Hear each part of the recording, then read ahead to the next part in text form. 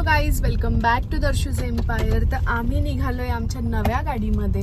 थोडंसं घरातलं सामान घ्यायचं आहे, काही किराणा घ्यायचा आहे, त्याच्यासाठी आम्ही निघालोय. आणि हे जे दोन लहान लहान दीर माझे आलेत त्यांना आम्ही खूप फिरवलं 2-3 दिवस, पण ते घ्यायचं राहिलं व्लॉगमध्ये. पण आता म्हटलं चला आज फायनली सुरू करूया व्लॉग. खूप दिवस झाले मी टाकलाच नाही फुल व्लॉग. तर चला मग तुम्हाला दाखवतो आम्ही काय काय शॉपिंग करतो, आम्ही कुठून ती शॉपिंग करतो. आणि हे आहेत डॉक्टर साहेब आमचे. नवीन गाडी चालवायला थोडी भीती वाटते म्हणून मी बघत नाहीये. नवीन गाडी आहे ना, त्याच्यामुळे थोडीशी भीती वाटते. आणि खूप मोठी गाडी ही आमची पहिली गाडी होती, ती थोडीशी लहान होती. त्याच्यामुळे कसं ना, ती पटकन आणि सवय झाली होती खूप वर्षांपासून, त्याच्यामुळे ती पटकन कुठूनही टाकली की काही टेन्शन नव्हतं त्यांना. पण आता ही मोठी गाडी आहे तर त्याच्यामुळे थोडं सांभाळून त्यांची प्रतिक्रिया घे काही. कशी आहे गाडी आपली? सुपर आहे. आवाज नाही येते माझ्या ब्लॉग. सुपर आहे. सुपर आहे, थँक्यू.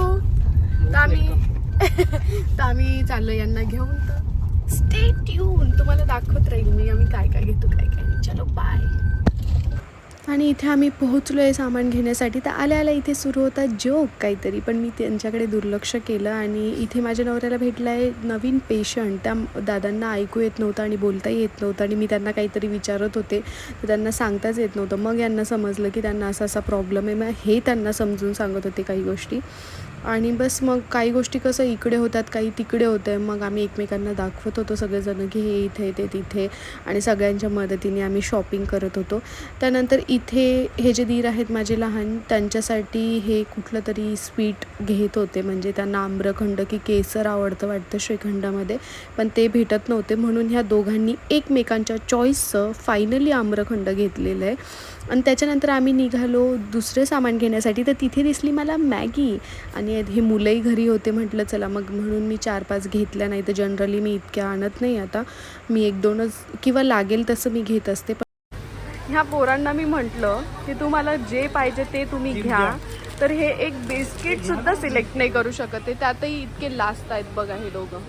त्यांना म्हटलं तुम्हाला जे पाहिजे ते घ्या तुमच्यासाठी, बिस्किट घ्या किंवा दुसरं काहीतरी घ्या. पण हे दोघं लाजण्यात त्यांचा पूर्ण वेळ चाललाय.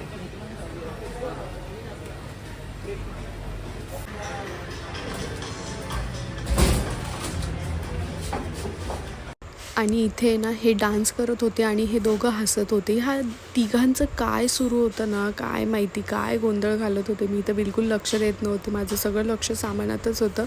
आणि फायनली आम्ही सगळं सामान घेतल्यानंतर आलो आहे बिलिंग करायला.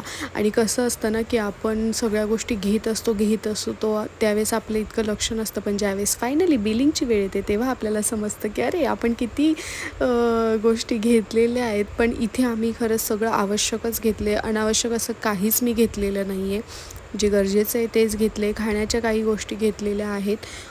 ठीक आहे, त्याच्यात थोडेसे पैसे जातात, पण तेवढं तर पाहिजेच असं. आणि मी स्वतः इथे सगळं लक्ष देऊन करत होती, कारण की ना माझ्या नवऱ्याचं बिलकुल ह्या बारीक गोष्टींकडे लक्ष नसतं, पण त्याच्यामुळे मला द्यावं लागतं आणि मी देतेच. मी खूप बारीक पाहत राहते. मी ते बिल पण चेक करत राहते की बरोबर लावलं आहे की नाही, कारण 1-2 वेळा आमच्यासोबत तसं झालेलं आहे. त्यामुळे मी खूप बारकाईने लक्ष देते.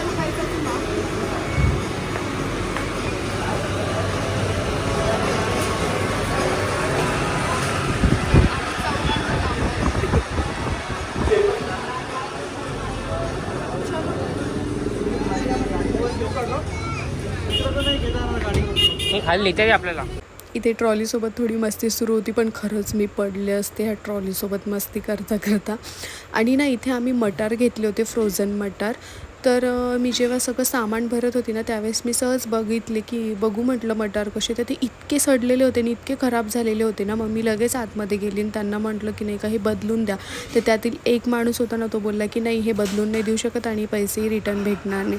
मग माझे मिस्टर मॅनेजरशी बोलले तिथल्या आणि त्यांनी सांगितलं की हो ठीक आहे, यांना बदलून द्या. आणि तुम्हीसुद्धा जर असं काही घेत असाल फ्रोझन वस्तू तर त्या व्यवस्थित बारकाईने पहा आणि त्याच्यानंतरच घ्या. आम्ही म्हटलं एक तर आम्हाला ते मटर बदलून द्या, नाही तर आम्हाला कॅश रिटर्न पाहिजे, त्याच्याशिवाय आम्ही जाणारच नाही. आणि फायनली त्यांनी आम्हाला कॅश दिली, कारण की तिथले सगळे मटार खराब होते. आणि मी मुळात तर तिथून घेतच नव्हती, पण माझे मिस्टर बोलले की नाही आपण घेऊया आता, पुन्हा बाहेरून घ्यायचं त्याच्यापेक्षा. फ्रोझन मटर चेंज करून मिळाले त्याच अमाऊंटला. आमची बंद करायची तयारी सुरू झाली आहे आणि आम्ही निघालोय.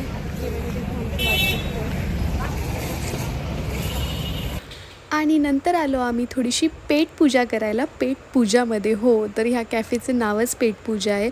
आणि खरंच इथे खूप टेस्टी बर्गर मिळतं. म्हणजे इथल्यासारखं बर्गर हे कुठंच भेटत नाही आम्हाला असं वाटतं. आणि आमच्याकडे जे पण रिलेटिव्ज येतात ना, म्हणजे यांच्या चुलत बहिणी म्हणा किंवा चुलत भाऊ वगैरे जे पण येतात रिलेटिव्ज, त्यांना आम्ही इथेच आणतो बर्गर खायला आणि त्या सर्वांना बर्गर खूप आवडतं. आणि फायनली इथे आमचं बर्गर आलेलं आहे आणि आम्ही सगळे मस्त एन्जॉय करत होतो हे बर्गर. आणि नंतर आम्ही निघालो आहे घरी जायला. घरी पोचल्यानंतर आम्ही हे सगळं सामान बाहेर काढून घेतलेलं आहे आणि प्रत्येकाने हेल्प केली. काही सामान मी नेलं, काही सामान माझे लहान दीर वगैरे त्यांनी आणून दिलं आणि सगळं सामान एका जागी ठेवून दिलं. आईंनी बनवलं आहे खिचडी आणि बेसन.